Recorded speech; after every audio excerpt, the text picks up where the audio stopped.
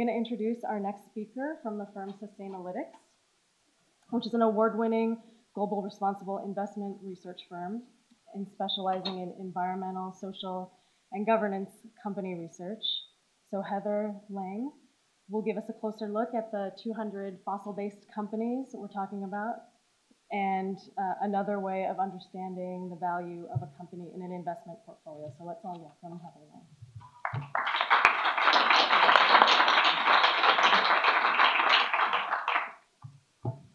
Hi, I'm really happy that I have an opportunity to speak to all of you today. It was a little bit last minute, but really happy again that I have the opportunity to talk a bit about some of our research, some of our framework for looking at environmental, social, and governance issues in the industries that are most heavily represented in the Carbon Tracker 200, and specifically to share with you some of the analytics that we came up with regarding the Carbon Tracker 200.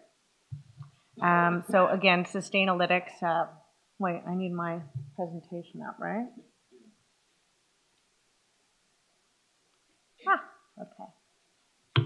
So Sustainalytics, for any of you that aren't familiar with it, is an independent sustainability research provider with coverage of capital markets globally. And we work with our clients primarily from the institutional investment community to develop ESG strategies, including customized approaches to managing fossil fuels in their holding. And that's been a conversation that has been increasing quite prevalently over the last couple of years and recent months. So we cover over 4,000 companies as part of our regular research process, and we draw on the expertise of our industry analysts from across the world. So in preparation for today's presentation, we identified the companies within our broader universe of coverage that are listed on the Carbon Tracker 200 so that we could run some analysis of their ESG performance and share some of our insights and use that to really set some of the context for the day ahead of us. I understand that the Carbon Tracker 200 list is currently being updated as we speak, and a new list will be released quite shortly. So we were using the most recent list available. Once we had factored in the various corporate actions or number of acquisitions, companies that have been gone through privatization process, there were actually 183 left. When we compared that to Sustainalytics Research Universe, we had 140 of those covered. So about a 77% coverage that we worked with for this analytics. And yeah, the remaining 23% tended to be some small companies that had often unique ownership structures. So which industries are we talking about? It's worth highlighting that not all of the industries in the Carbon Tracker 200 are oil and gas producers, although that industry does represent about 66% of the companies in the analysis, and that will be my focus for today's conversation. It's also worth noting that the big oil and gas companies that tend to be classified as producers also often refine, market, and transport. So they tend to be more integrated in their approach.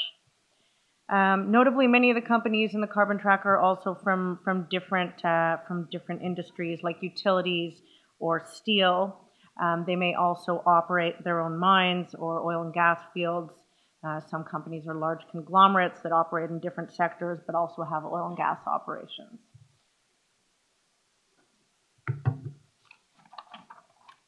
So in analyzing the Carbon Tracker 200, we applied our overall research framework, which is really about focusing on identifying the unmanaged ESG risks. Based on the formula that you see on the screen, we're looking at industry exposure relative to company-specific preparedness and performance. So let me discuss those terms a little bit before we move on. When I speak about preparedness, I'm referring to how prepared a company is to manage the key ESG issues that it faces. And that relates largely to its policies, management systems, programs, and any related disclosure on that. For performance, we're looking at more quantitative measures that assess the company's impact. through looking at KPIs and also through our controversy analysis, how the company is actually performing on the ground. Exposure, I'm referring more to embedded ESG risks, given the countries that the company is operating in, the industry context, and then some more company-specific activities and production mechanisms. So companies that tend to exhibit considerable unmanaged risks can often be distinguished by their involvement in high-risk industries and combined with low overall preparedness. They can also be identified for track records with involvement in controversies and or just consistently poor ESG performance when you compare them to their industry peers. On the other end of the spectrum, of course, there are companies that have a low degree of unmanaged risk and that are better positioned to manage their ESG exposure and to leverage any related opportunities.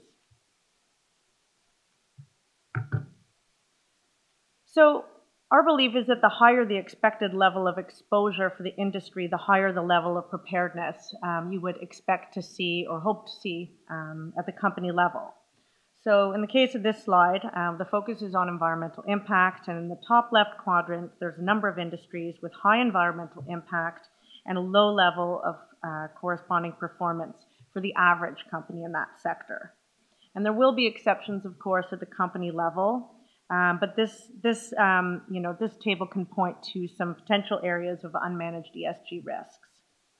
And if you note, of course, where the industries from the Carbon Tracker 200 are plotted, you'll see that they're all high impact, of course, with varying degrees of preparedness as the industry norm. So if we drill a little bit further down to the sub-industry or company level, we find additional areas of exposure, such as country risks, or in the case of this slide, the method of extraction. And on this basis, we can start to identify some of the companies on the carbon tracker list which might face higher exposure than some of their industry peers.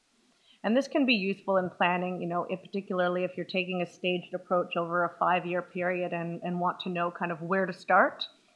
This can help you in some of your thinking. So as you move down the pyramid, more advanced technology is needed. The processing and extraction energy increases.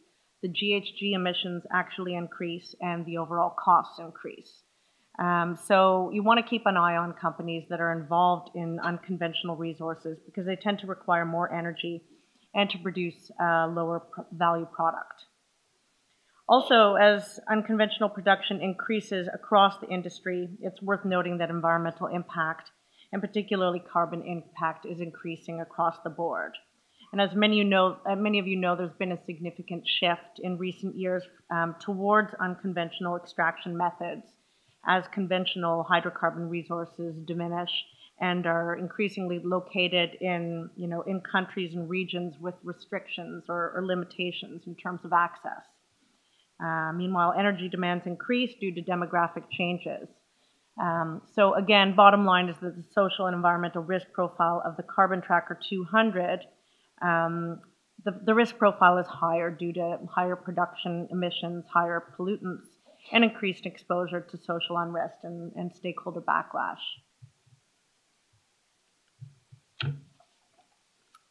So I mentioned how we assess preparedness, and here I've just included 2 metrics that can highlight, some of the preparedness, some issues of preparedness regarding the Carbon Tracker 200. There are a number of metrics we could have looked at. I chose these 2 because one focuses on transparency, and though that's not an end in itself, I think a company that reports and discloses through CDP, which is one of the largest global classification systems for reporting climate data, really, in doing so, is demonstrating its commitment to transparency to stakeholders. So it was interesting that only half of the companies in the Carbon Tracker 200 universe that we looked at were regularly utilizing the CDP in its disclosure. And then if you move to the next indicator, which is focused on GHG reduction programs for company operations, only 27% of the companies in this universe have quantitative targets and deadlines for their own GHG emissions. And some of these are actually quite weak. whereas 23% show no evidence at all of related targets and activities. So that's another thing that we can look at. Now, some large integrated companies are actually shifting away from targets and deadlines at the group level, which they struggle to meet, towards disclosing more robust carbon strategies. And some of the best practices that we're seeing here are setting targets for carbon-intensive assets, factoring carbon price into their investments, producing more efficient fuels, and diversifying their energy mix. And some of the best practices that we've seen in terms of carbon strategies are those of BP and Total. Notably, only 2 companies on the Carbon Tracker 200 met our criteria for renewable energy programs by establishing meaningful quantitative targets at the group level and a clear deadline to reach those targets for renewable energy use at their own operations. 23% of Hess corporations purchased electricity came from renewable sources in fiscal year 2012, exceeding its 10% goal. And for Teck Resources, they have a goal for 2015 to generate 30 megawatts of alternative carbon-free energy and 100 megawatts by 2030. And that's primarily via wind and solar projects. So by comparing companies in the Carbon Tracker 200 on their environmental preparedness, we can start to highlight some of the noteworthy best practices and also differentiate some of the leaders from the laggards. So there are a variety of KPIs to measure environmental performance. That said, the lack of consistent reporting by companies often does make it problematic to compare across industries. To track carbon intensity for companies' own operations, intensity is compared to the industry average, and then it's separately benchmarked over a period of time to determine noteworthy trends. Now, the Carbon Tracker companies appear to be somewhat in line with the overall industry distribution for the industries that they're in, but of course, relative to other industries, they tend to be among the highest. Now, this is a useful metric to examine which companies are taking meaningful steps to reduce their emissions relative to their peers, and thereby reducing their carbon risk, for example, to potential carbon taxes in various jurisdictions.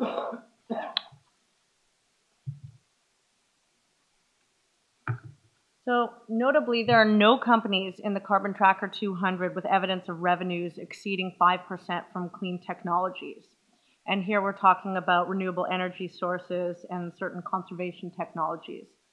And this is a really important indicator for the energy sector because it shows that a company has diversified its income streams to some degree and isn't wholly invested in fossil fuels.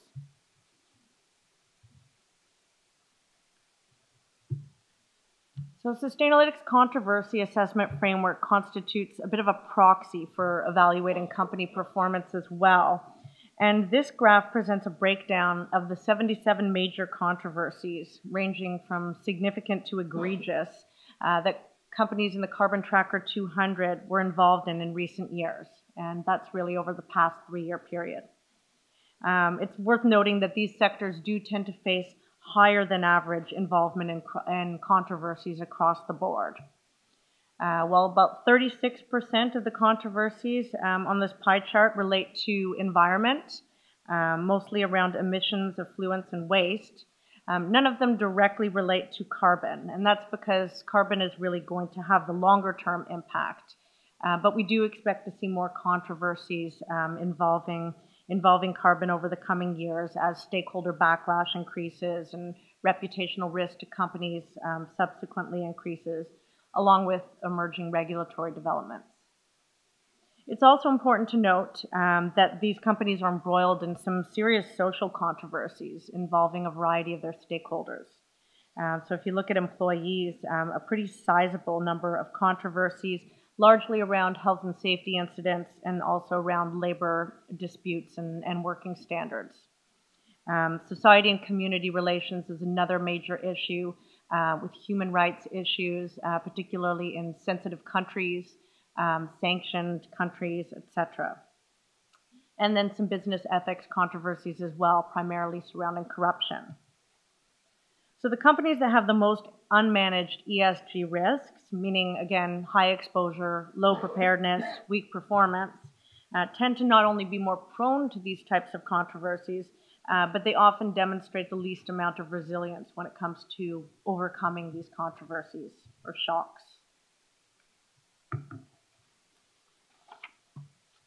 So to bring this framework to a practical level, investors can use and are using a wide range of different strategies to address carbon risk in their portfolios. In assessing the Carbon Tracker 200, investors can complement what we know about the estimated carbon reserves, along with other exposure criteria, like the energy mix, like conventional versus unconventional extraction methods, countries of operation, etc., in order to further narrow in on some exposed companies. And then for those who want to go further, you can add the preparedness and performance dimensions, which will allow you to differentiate among some of the companies that are the best or worst positioned to face the whole stranded asset challenge that we face ahead of us. Ultimately, some investors will choose to divest upfront, others will do it over time, others will integrate this more broadly across their investment approaches, and others will continue to engage as universal owners. Whatever your approach is, we're all on this trajectory together and clearly need strategies to confront this major challenge. So I've been brief and I will leave it at that. Happy to answer any questions that come up later in the day.